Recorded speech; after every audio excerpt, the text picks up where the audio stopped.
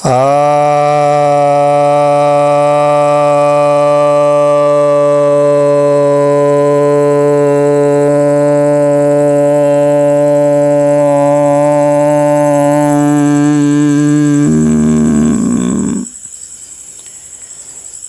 भक्तजनों को सब प्रेम नमन।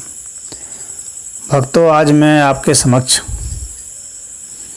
महर्षि पतंजलि द्वारा रचित योग के महत्वपूर्ण ग्रंथ योग सूत्र के प्रथम अध्याय, जिसे समाधिपात कहते हैं, उसके 19वें सूत्र की व्याख्या करने जा रहा हूँ। यह सूत्र कहता है, भव प्रत्ययो विदेह प्रकृति लयानाम, अर्थात विदेह और प्रकृति लयों को जन्म से ही असंप्रज्ञात समाधि की प्रतीति होती है।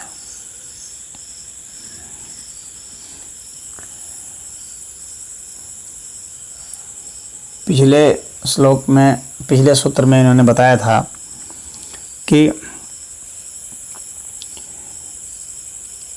कुछ योगी ऐसे होते हैं जिन्हें विदेह कहा जाता है, जो वितर्कानुगत और विचारानुगत समाधि को सिद्ध किए रहते हैं और आनंदानुगत समाधि में प्रवेश करने का यत्न करते रहते हैं।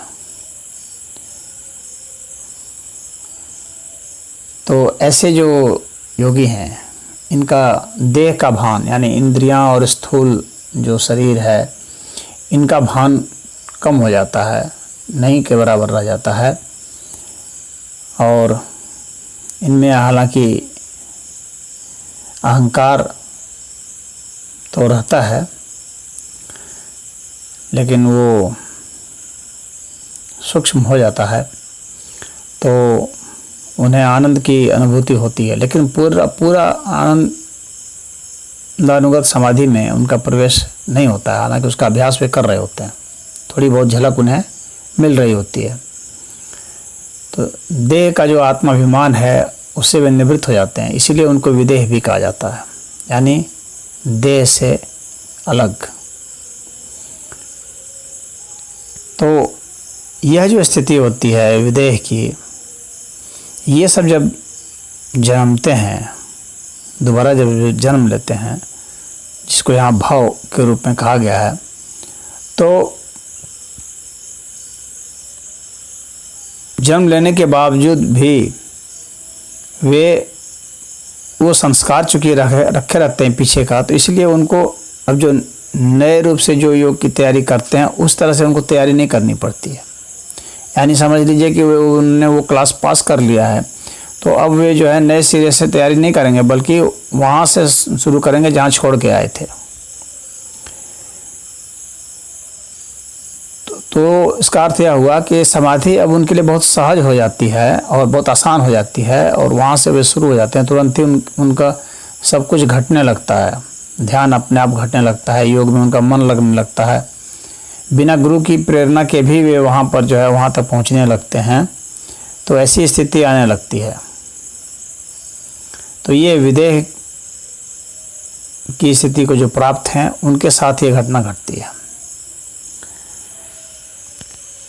और यही घटना जो दूसरी अवस्था है, जिसको कि प्रकृति लय कहा गया है, पीछे के सूत्रों में बताया था मैंने, प्रकृति लय की अवस्था को प्राप्त जो योगी हैं, उनके लिए तो और भी अच्छा हो जाता है, क्योंकि वे आनंदानुगत समाधि को सिद्ध कर लिए होते हैं, एक स्टेज आगे जा चुके होते हैं, और अब वे अस्मितानुगत समाधि का अभ्यास कर रहे होते हैं,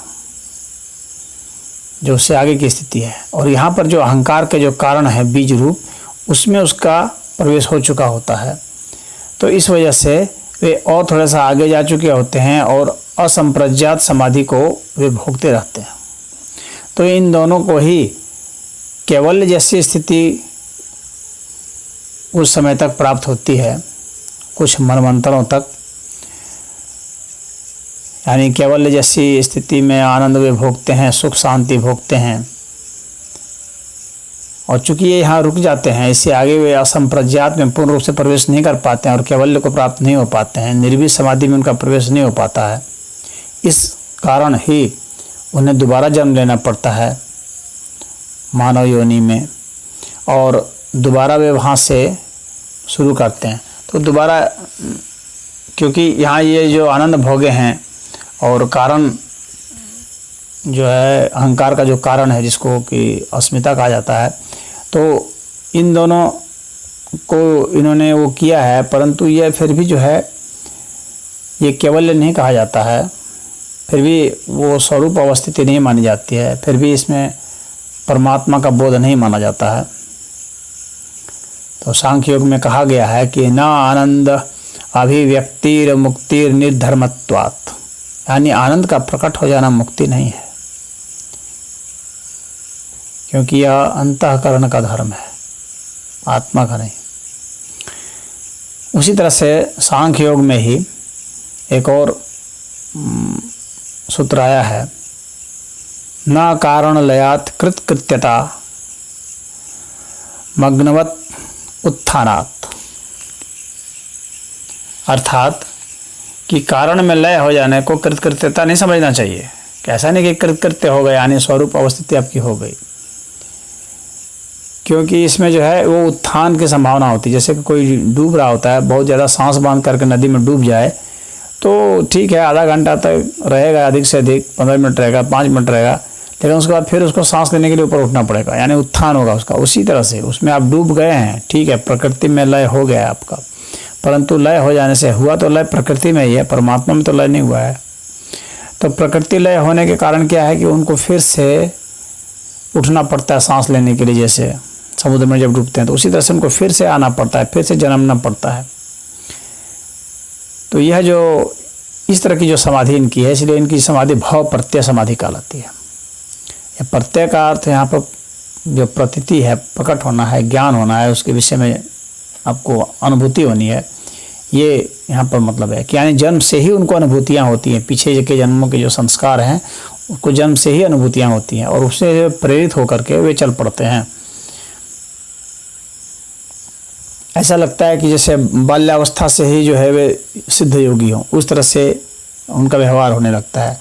बूढ़ों जैसे बोलते हैं और बहुत संतुलित बोलते हैं, नाप तौल के बोलते हैं और अच्छे अच्छे शब्दों का चयन करते हैं, और बैठेंगे तो बैठे बैठे ध्यान लगा लेंगे, उनको आसन प्राणायाम सबको करने में मन लगेगा, भजन गाने में मन लगेगा। तो इस तरह के जो लोग होते हैं, तो इसका मतलब है कि उन्होंने पीछे जन्मों में सिद्ध किया हुआ है और वहाँ पीछे जन्मों में भी वे समाधि की अवस्था को प्राप्त हुए हैं, परंतु वे आनंदानुगत समाधि, अस्मितानुगत समाधि तक ही पहुँचे हैं, उससे ज़्यादा नहीं।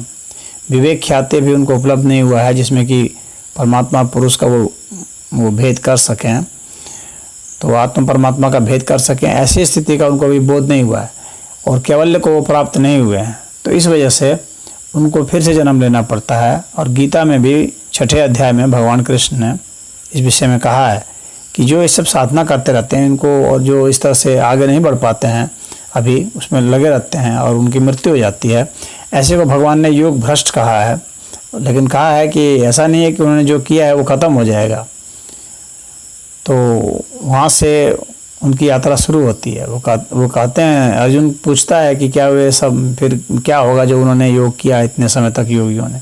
तो भगवान कहते हैं कि ऐसा नहीं है कि वो ख़त्म हो जाएगा, बल्कि वहाँ से वो फिर आगे बढ़ेंगे और उनकी दुर्गति नहीं होती है योग को करने वालों की। पार्थ नैविह नामुत्र विनाशस्य तस्य विद्यते न ही कल्याणकृत कश्चित् दुर्गतिं तात गच्छति। तो हे पार्थ, इस लोक में या परलोक में इसका कभी कहीं कोई विनाश नहीं होता है और इनका कल्याण भी निश्चित होगा, ये कभी दुर्गति को प्राप्त नहीं करेंगे।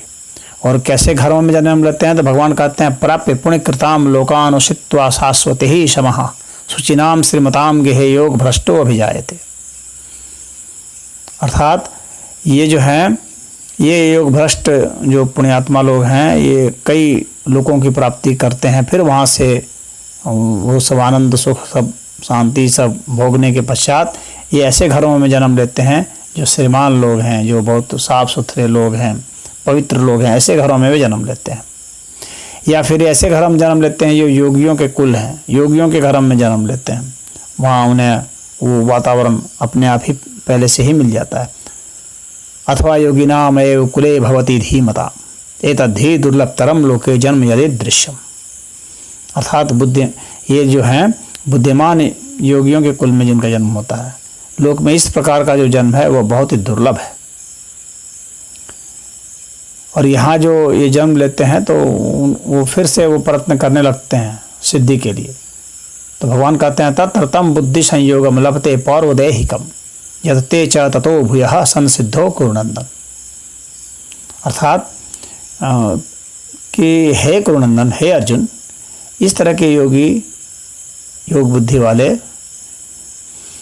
जब जन्मते हैं तो वहाँ से वे फिर सिद्धि के लिए यत्न करने लगते हैं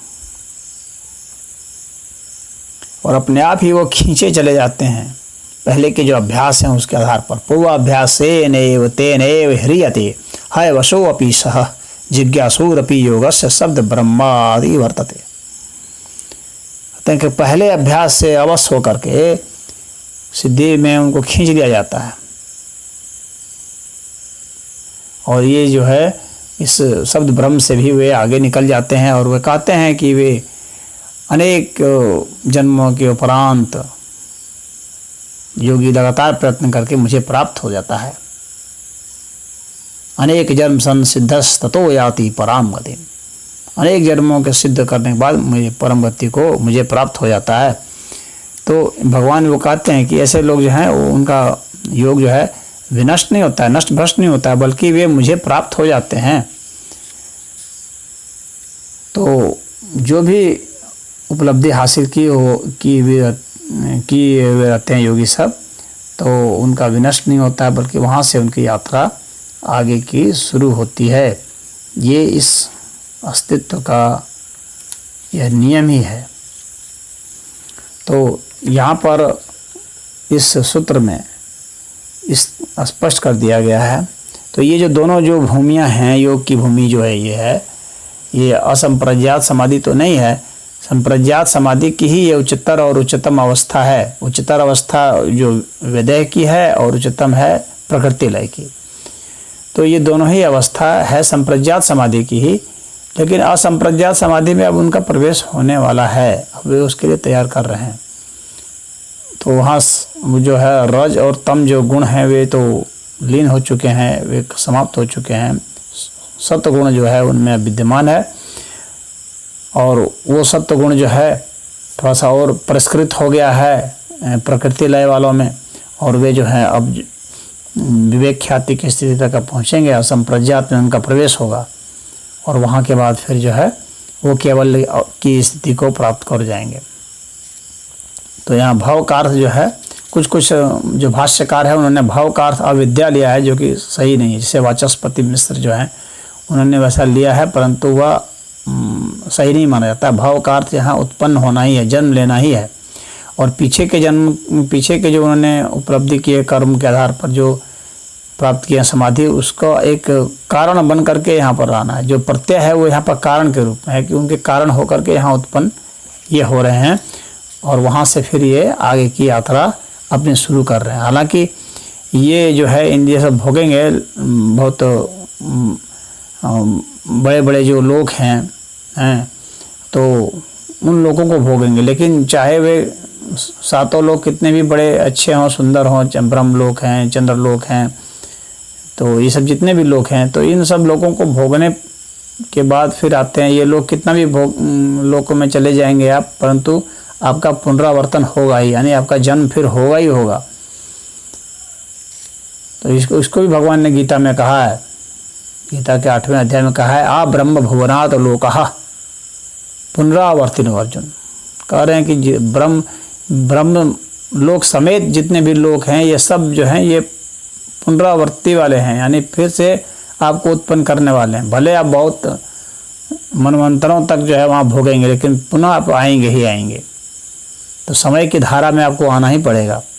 लेकिन वो कहते हैं कि माम उपेत्य तू कौनते पुनर्जन्म न विद्यते, लेकिन मुझे प्राप्त करके हे कौनते पुनर्जन्म को कोई प्राप्त नहीं होता। तो यहाँ पर भगवान ने स्पष्ट कर दिया है कि मुझे प्राप्त करके, यानी परमात्मा का जब बोध आपको हो जाएगा तो उसके बाद जो है आप फिर से जन्म नहीं लेते हैं। यानी वह जो स्थिति होती है परमात्मा की प्राप्ति का, उसी को केवल कहा गया है, वही अपुनरावर्तनीय है। यही यहाँ पर ध्येय है और इस सूत्र का यही